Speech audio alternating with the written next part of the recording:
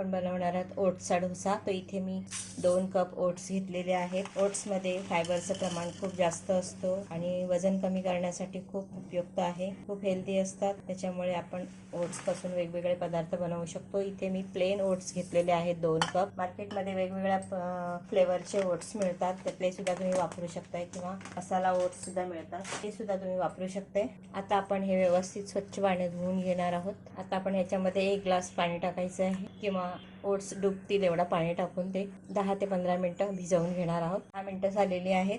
Oats आपले छान फुललेले आहेत. आपण हे आता गाळून घेणार आहोत. तर मी ते एक भांडं घेतलेलं आहे, त्याच्यावरती गाळणी ठेवून त्याच्यामध्ये आपण हे गाळून घेणार आहोत. ओट्स व्यवस्थित गाळून झालेले आहेत. आपण आता मिक्सरच्या भांड्यामध्ये टाकून घेणार आहोत. इथे जे पाणी आहे ते आपण या डोस्याच्या मिश्रणामध्ये वापरू शकतो किंवा पीठ मळण्यासाठी त्याचा वापर करू शकते. आता मी इथे घेतलेले आहेत 10 ते 12 कढीपत्त्याची पानं किंवा 1 काडी घेतलेली आहे कढीपत्त्याची. त्यातच आपण टाकणार आहोत 2 हिरव्या मिरच्या. आवडीप्रमाणे त्याच्यामध्ये तिखट वापरू शकते. अर्धा इंचाचा आलं घेतलेलं आहे आणि त्याच्यामध्ये घेतलेला अर्धा चमचा जिरं. आता हे आपण मिश्रण वाटून घेणार आहोत. वाटलेलं मिश्रण एका भांड्यामध्ये काढून घ्यायचं आहे.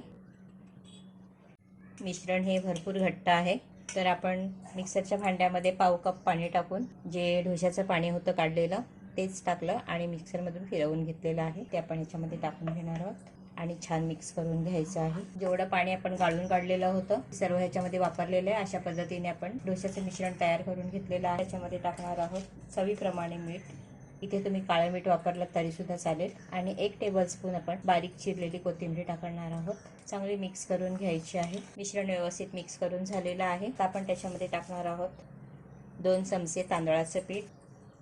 व्यवस्थित मिक्स करून घ्यायचं आहे. लागल्यास त्याच्यामध्ये पाणी पण वापरायचं आहे थोडं. गॅसवरती मी तवा ठेवलेला आहे, व्यवस्थित गरम झालेला आहे. त्याच्यामध्ये टाकलेलं आहे अर्धा टीस्पून तेल. हे तेल आपण सगळीकडे व्यवस्थित फिरवून घेणार आहोत. इथे मी टिश्यू पेपरचा वापर करते, तुम्ही स्वच्छ कपड्याचा वापर केला तरी सुद्धा चालेल. त्याच्यानंतर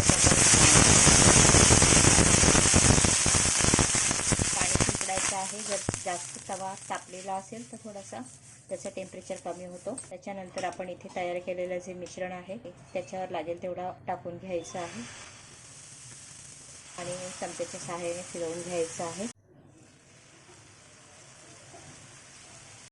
1 ते 1.5 मिनिटामध्येच ती एक साईड व्यवस्थित भाजली जाते. त्याच्यानंतर त्याच्यावरती तेल टाकून घ्यायचं आहे. तेल टाकून झाल्यानंतर व्यवस्थित पसरवून घ्यायचं आहे.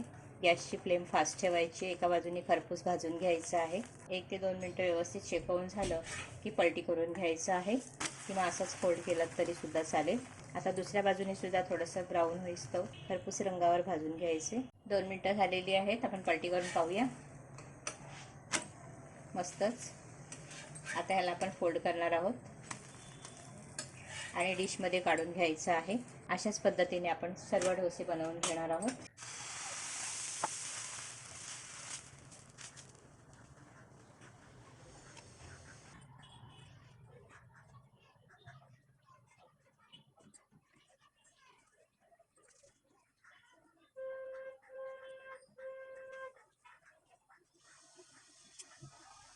एका डोस्याला एका साईडने खरपूस भाजण्यासाठी 2 मिनिटं लागतात.